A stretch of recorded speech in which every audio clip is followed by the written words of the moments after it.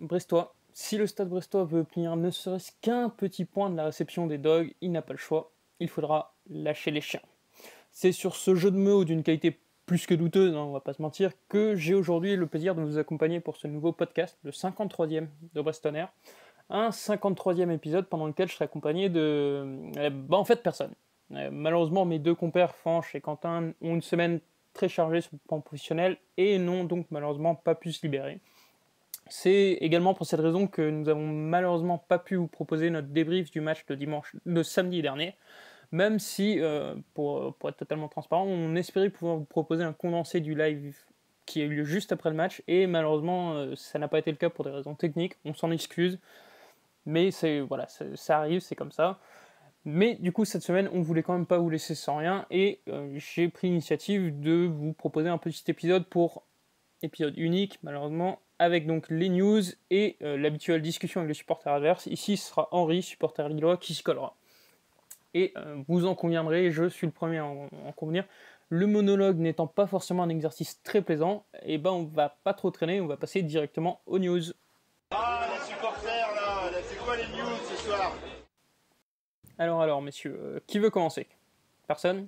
Bon, du coup ce sera moi, c'est assez logique. Premièrement, comme vous le savez, les compétitions amateurs sont aujourd'hui mises en veille par la FFF du fait des politiques gouvernementales. La conséquence, c'est que nos news sont considérablement allégées, puisque ni les jeunes ni les équipes féminines ne peuvent jouer actuellement. Seuls les professionnels exercent encore. Et justement, on va commencer par quelques nouvelles de l'effectif professionnel du Stade Brestois 29. On commence par deux mauvaises nouvelles en vue du match face à Lille ce dimanche. La première, c'est l'absence de Christophe Herrel, qui visiblement devrait être trop juste pour revenir face à Lille. Bon, certains s'en réjouiront, mais une blessure n'est jamais très heureuse. Et la seconde mauvaise nouvelle, c'est également une blessure. C'est la blessure de Romain Philippotto, qui est blessé aux adducteurs. Sur son cas, Olivier Dalloglio a été assez pessimiste en conférence de presse ce vendredi, puisqu'il a évoqué une absence d'au moins quelques semaines. C'est un joueur qui a un certain âge, qui a un certain passif avec les blessures, donc il faudra sûrement surveiller ça de près. Par contre, on a quand même des nouvelles positives. La première, c'est évidemment le retour de Ronaël Pierre-Gabriel après plusieurs semaines d'absence liées à différentes blessures. Donc on ne sait pas s'il peut prétendre à une place de titulaire, mais en tout cas, il sera dans le groupe, il est de retour. Et dans ce même groupe, il y aura justement deux internationaux. C'est assez plaisant de le dire qu'il y a deux internationaux au Stade Brestois 29. Le premier, c'est absolument pas une surprise, c'est Steve Mounier, qui rejoindra donc les Écureuils du Bénin pour la prochaine trêve internationale. C'est absolument pas une surprise, c'est l'attaquant titulaire, il ne bougera pas. On espère qu'il pourra en profiter pour se reposer, parce que malheureusement, vous l'avez tous constaté, Steve Mounier commence à fatiguer. Par contre, l'autre international, lui, ne semble pas donner de signe de fatigue, c'est Romain Fèvre, qui a été logiquement convoqué une nouvelle fois par Sylvain Ripoll avec les France Espoirs. France Espoir, dans lesquels il retrouvera d'ailleurs son ancien coéquipier Ibrahima Diallo. Et paf, ça c'est de la transition, c'est ce que j'appelle une bonne transition. Donc je vais céder la parole à moi-même pour évoquer la question des anciens joueurs. Et on va justement commencer par Ibrahima Diallo, qui évolue quand même du côté de Southampton, qui est actuellement, je crois que c'est 5e de Première Ligue, et qui peut passer ce vendredi soir, donc vous le saurez déjà, potentiel virtuel leader de Première Ligue. Une équipe de Southampton qui fait un très bon début de saison, et malheureusement pour Ibrahima Diallo, c'est assez compliqué de s'intégrer dans ce collectif, dans ce groupe. Il se contente de rentrer en fin de match, et c'est même un peu pire, puisque sa dernière rentrée a eu lieu face à Aston Villa, et c'est une rentrée qui a été absolument catastrophique, où il provoque un penalty certes malchanceux, mais derrière il fait énormément de fautes stupides, il a eu du mal à ressortir les ballons. Une adaptation difficile, mais c'est que le début, il faut lui laisser un peu de temps. Peut-être qu'il parviendra à s'imposer dans cette équipe qui surprend assurément. On reste en Angleterre avec encore une mauvaise nouvelle, et cette fois c'est une nouvelle un peu surprenante, c'est la mise à l'écart de Neal Maupay du groupe de Brighton. Officiellement c'est pour un choix tactique d'après l'entraîneur Graham Potters, mais les différents échos, notamment du très bien renseigné The Athletic, semblent pointer des soucis de comportement et un souci d'ego du côté de Neal Maupay, qui fait que le joueur est pour l'instant plutôt indésirable. Bien sûr, ça serait bête de la part de Brighton de se priver d'un joueur qui a un tel bilan, je rappelle qu'il est quand même déjà à 4 buts cette saison. Mais voilà, on sera attentif ce week-end pour savoir s'il sera dans le groupe ou non, mais il ne l'était pas face à Tottenham. On va quand même maintenant mettre un peu de côté le négatif et on va passer vraiment au positif. Il y en a un pour qui tout va, pour qui tout roule, c'est Robin Normand du côté de la Real Sociedad. Déjà, il est leader virtuel de la Liga espagnole, ce qui n'est pas rien. Alors, le Real Madrid a 1 point et un match de retard, mais toujours est-il que actuellement, c'est la Real Sociedad qui est en tête, et ce grâce essentiellement à sa défense, qui est la deuxième meilleure défense du championnat, seulement 4 buts encaissés. En Europa League, c'est un peu le même constat. Ils sont dans le groupe D, me semble, la Real Sociedad. Ils l'ont emporté ce jeudi soir 1-0 face à l'AZ Alkmaar, et enchaînent donc leur deuxième victoire entre matchs. Rien n'est joué pourtant, parce que c'est une poule très serrée pour la Real Sociedad, puisque le Napoli, l'AZ Alkmaar et la Real Sociedad ont tous les trois 6 points. Malheureusement, le club de Rijeka, lui, fait un 0 pointé, c'est malheureusement pas une surprise pour eux. Et encore une fois, faut saluer les bonnes performances défensives de la Real Sociedad et de Robin Normand, évidemment, qui est un pilier de cette défense. Un seul but encaissé en Europa League, c'est face au Napoli dans la défaite 1-0. Voilà, donc on a fait un tour très rapide des grands championnats européens, et maintenant on va quand même se retourner vers l'endroit qu'on connaît le mieux, que les supporters brestois regardent peut-être avec peur, mais en même temps avec plaisir, c'est la Ligue 2. On commence par un arrêt somme toute habituel, c'est du côté du Stade Brestois B, c'est-à-dire la Auxerre. Un club qui est actuellement 9ème de Ligue 2 après un match nul 2-2 concédé face à Rodez, mais où il y a quand même un joueur brestois qui s'éclate totalement ce début de saison, c'est Mathias Autrette.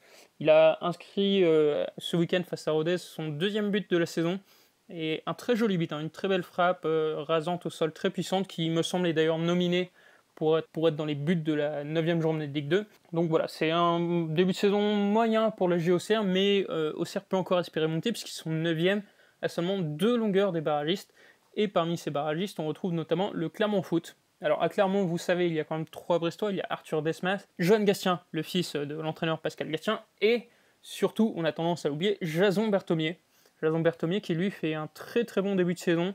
Il a été blessé la semaine dernière, il est revenu dès ce week-end, il est revenu en forme, il a joué un tout petit quart d'heure, et il a été déjà passeur décisif face à Valenciennes, victoire 3 des Clermontois, et qui se retrouve donc 5ème dans les premières places au candidat au barrage, un peu comme tous les ans, j'ai envie de vous dire, mais qui cette année semble quand même pouvoir compter sur un Jason Berthomier de grande qualité. Et évidemment, puisqu'on est dans les bonnes nouvelles, dans les petits plaisirs coupables, on fait un petit tour à Caen, où le SM Caen s'est incliné 3-1, et où surtout Alexandre Mendy a raté un penalty qui a encore été une fois tiré absolument n'importe comment.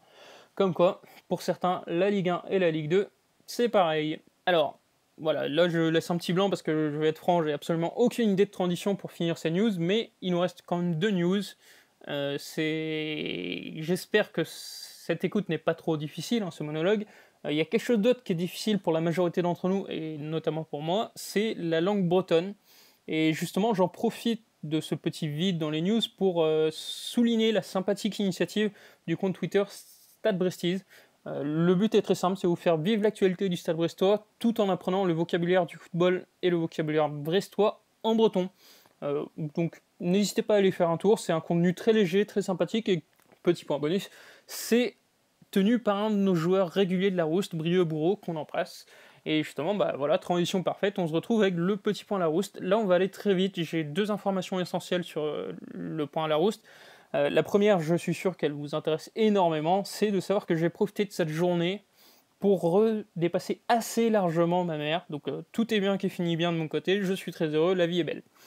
Plus sérieusement, l'information essentielle, c'est que, vous le savez, il y avait de nouveau un lot de la très belle à gagner pour le match Rennes-Brest. Au total, 22 pronostiqueurs ont trouvé le bon résultat entre Rennes et Brest. C'est donc 2-1 pour Rennes, malheureusement. Et donc, ils sont tous éligibles à gagner le lot de la très belle. Mais qui a gagné ? Ah, ça c'est la question. Et la question, on trouvera sa réponse ce dimanche, puisque Brestonner est très heureux de répéter son émission en direct. On fera une émission en direct tout de suite après le match face à Lille. Et au cours de cette émission, on procédera donc au tirage au sort entre ces 22 personnes. Comme ça, voilà, vous serez en direct, vous saurez qu'il n'y a pas de triche. Mais de toute façon, nous ne sommes que des honnêtes gens qui supportent le Stade brestois contre vents et marées, et qui, on l'espère, vont pouvoir avoir un peu de bonheur ce dimanche. On verra face à Lille. Et justement, le match à Lille, c'est ce qu'on va évoquer dès maintenant. On va l'évoquer avec Henri, supporter lillois, et qui est forcément très heureux de ce que le LOSC a montré face à l'AC Milan ce jeudi soir. Bonsoir. La France a peur. Je crois qu'on peut le dire aussi nettement. La France connaît la panique. Alors, pour les plus jeunes d'entre vous, c'est par cette phrase mythique que Roger Giquel ouvrait le JT du TF1, de TF1 en février 76. L'enquête a montré par la suite que l'homme qui a terrorisé la France, c'était un Lillois, c'était Patrick Henry. 44 ans plus tard, c'est une autre bande de Lillois qui terrorise la France. Cette fois, c'est moins grave, c'est la France du football. C'est évidemment le LOSC de Christophe Galtier. LOSC qui vient quand même d'abattre le Milan 3-0 à San Siro. Forcément, c'est un résultat qui ravit notre invité, Henri, qui est, je le rappelle, social media manager. Henri, forcément, tu es heureux après ce succès hier soir. Bah, je pense que c'est compliqué de pas être heureux. Je crois que j'ai vu hier c'était la première fois que le Milan perdait 3-0 à domicile en Europe. Donc ouais, c'est très très grosse performance et c'est très prometteur pour la suite. Olivier Laoglio a mis les pieds dans le plat en conférence de presse ce vendredi. Pour lui, Lille, c'est tout simplement un prétendant au titre en Ligue 1. Est-ce qu'aujourd'hui c'est un constat que tu partages ou toi tu es un peu plus modéré, tu te dis que sur le temps long ça peut ralentir? Ouais, je vais être un peu plus modéré, sauf grosse crise au PSG, comme il y avait eu, je crois qu'il y a 2 ans quand on avait gagné 5-1 chez eux. Mais sauf grosse crise, le PSG reste quand même bien au-dessus et clairement favori pour la Ligue 1. Par contre, favori pour la deuxième place, ça je pense tout à fait clairement. Et je pense que c'est l'objectif que LOSC doit se donner cette année, quoi. Et justement, tu parles d'objectifs, là on va passer peut-être sur un objectif à plus court terme. Ce week-end, le LOSC se dépasse à Francis Loblet. Rapidement, je fais un petit point historique pour nos auditeurs. Lille n'est venu au final que 3 fois à Francis Loblet dans l'ère moderne. Ils sont repartis 2 fois avec une victoire et 1 fois avec une défaite. On suppose qu'aujourd'hui, l'objectif pour Lille, c'est évidemment une victoire. Un match nul, ça serait même presque un échec. Bah ouais, surtout que je crois qu'avant Milan, on était sur une série de 3 matchs nuls consécutifs. Donc Lille perd. En fait, le problème de Lille, c'est qu'on perd des points bêtement, plus contre les grosses équipes, vraiment. En tout cas cette année, contre Marseille, contre Lyon. Donc clairement là, il faut remonter avec les 3 points. Donc et pour essayer de prendre de l'avance face à Lyon, face à Marseille et face à Rennes, quoi. Justement, a priori, il y a une trêve internationale jusqu'après, donc on ne devrait pas avoir de rotation du côté lillois. Après, il y a toujours un peu de rotation. Je crois que par exemple, à mon avis, Yilmaz sera à la place de David, contrairement au match de Milan. Si Araujo revient, il prendra la place d'Ikoné. Et tu vois, André, par exemple, n'était pas titulaire hier et clairement, il est dans le 11 type. Donc André, normalement, sera titulaire aussi. Donc il y a quelques petites rotations quand même depuis le début de la saison entre les matchs Europe et Ligue 1. De toute façon, c'est un peu obligatoire avec ce Covid. Et on a de la chance d'avoir une grosse profondeur de banc. Je crois que j'ai jamais entendu, avec mon passé de supporter de Lille, j'ai jamais vu une profondeur de banc aussi riche au LOSC. Donc je pense qu'il y aura quelques changements, mais ce sera l'équipe type. Justement, tu évoques cette profondeur de banc qui a été, mine de rien, construite par un mercato assez intelligent. Donc, on va quand même faire un petit retour en arrière et rappeler que la dernière équipe à avoir battu le LOSC, au final, c'est Stade Brestois. C'était en match amical. Globalement, le LOSC a fait une très mauvaise préparation et depuis que la Ligue 1 a démarré, il semble presque imbattable. Comment t'expliques ces deux visages un peu contradictoires? C'est une bonne question. Je pense que le travail de Galtier, de toute façon, tous les ans, c'est quand même de recréer une dynamique. Alors même si je ne suis pas d'accord avec ceux qui disent que Lille, c'est on vend tout le monde et on achète plein de gens à tous les mercatos. Mais tu as quand même toujours 2, 3, voire 4 titulaires qui partent à chaque mercato l'été. Donc forcément, il y a du changement. Par exemple, je pense que pendant la préparation, il y avait Rémi et Osimhen qui étaient partis. Donc toute l'attaque était complètement remis en question. David est arrivé tard au final, Yilmaz aussi. Donc voilà, au final la préparation était un peu tronquée par les absences, par le fait de reconstruire un peu l'équipe. Après, voilà, je saurais pas plus analyser que ça, je t'avoue. Je pense surtout, voilà, il fallait un peu de préparation, un peu que les automatismes reviennent, quoi. Aujourd'hui, du coup, on le dit, et tu l'as dit toi-même, le LOSC a un effectif très complet, très fort. Est-ce que tu dégagerais quand même des gros points forts, des éléments incontournables aujourd'hui? Ah bah, je crois que clairement la défense centrale, c'est une des meilleures défenses centrales que j'ai vues à Lille. Botman, on parle de l'acclimatation généralement un peu difficile de David. Botman, c'est complètement l'inverse, quoi. Il est arrivé, Gabriel, on l'a complètement oublié, enfin quasiment. Donc je pense que clairement la défense centrale, gros point fort. Il y a aussi Araujo, qui ça fait 3-4 ans qu'il est là. Il était toujours un peu irrégulier, toujours un peu super sub. Il faisait 2-3 bons matchs et après on le voyait plus. Et là, il enchaîne les bons matchs, et il met quand même, il connaît, qui un peu nonchalant, mais quand même international français, même si pas international confirmé, mais voilà, comme international français, il le met sur le banc. Donc clairement, je crois que la défense centrale, le retour d'Araujo Bamba et la révélation entre guillemets, parce que c'est pas vraiment une révélation vu son âge, mais la révélation Yilmaz, en tout cas dans le championnat français, c'est ce qui fait la force cette année de cette équipe. Tu évoquais justement Jonathan David qui était un peu présenté comme la recrue star du côté lillois. Pour l'instant, il n'a toujours pas marqué, si je me trompe pas. Qu'est-ce qui se passe? Il y a un manque de niveau, c'est pas de réussite? Alors, je pense que c'est pas un manque de niveau. Je pense que il est dans le même problème que Yazidze l'année dernière. C'est-à-dire que c'est clairement un manque de confiance et un problème d'acclimatation. Ça se voit comme Yazidze. J'étais un des rares dans les supporters lillois qui le défendait vraiment coûte que coûte parce que ça se voyait qu'il puait le foot. Je pense que David, même s'il marque pas, tu vois quand même que enfin, dans le jeu, il est vraiment utile. Et il permet au final de faire marquer des buts. Mais c'est vrai qu'il y a un manque de confiance qui est assez dingue actuellement chez David, et ce serait bien qu'il marque un but parce que je pense un joueur comme David avec de la confiance, ça peut faire très mal en Ligue 1. Du coup, ce qu'on doit plus ou moins comprendre de ça, c'est qu'au final, au LOSC, tout semble aller. Il n'y a pas de motif de déception ou d'inquiétude aujourd'hui? Honnêtement, non. Après, il y a toujours un peu les défenseurs latéraux qui sont un peu irréguliers, notamment Bradaric et Renildo. Mais c'est quand même il y a un peu d'amélioration par rapport à l'année dernière là-dessus. En fait, moi, la seule inquiétude que j'ai, c'est est-ce qu'ils vont garder ce rythme toute la saison? Parce que on a une saison quand même assez particulière où on fait 2 matchs toutes les semaines, qui est quand même assez épuisant. On a profondeur, on a la chance, nous en Ligue 1, enfin en tout cas en France, comme peut l'avoir peut-être Paris, peut-être un peu Lyon, une profondeur de banc qui est quand même très forte, donc qui nous permet de gérer à la fois l'Europe et la Ligue 1. Tu vois, par exemple, si on compare à Marseille ou à Rennes, je pense que la profondeur de banc est pas la même, et ça se voit d'ailleurs dans les résultats européens, quoi. Donc voilà, moi c'est plus le rythme au fil de la saison. Je pense qu'il y aura forcément quelques petits coups de mou, et tu vois, par exemple, les 3 matchs nuls consécutifs, c'est pas un coup de mou, mais c'est quand même quelques points perdus bêtement. Donc c'est peut-être ce genre de petite période qui risque d'arriver, mais je pense qu'on va faire une très belle saison. Bah, peut-être pour finir, un pronostic de ta part? Je suppose une victoire lilloise? En effet, je pense que Lille va gagner. Alors je connais pas bien Brest, désolé. Mais je sais que vous faites partie des rares équipes en Ligue 1, en tout cas des petites entre guillemets équipes qui essaient de proposer du jeu et qui sont vraiment intéressants à suivre.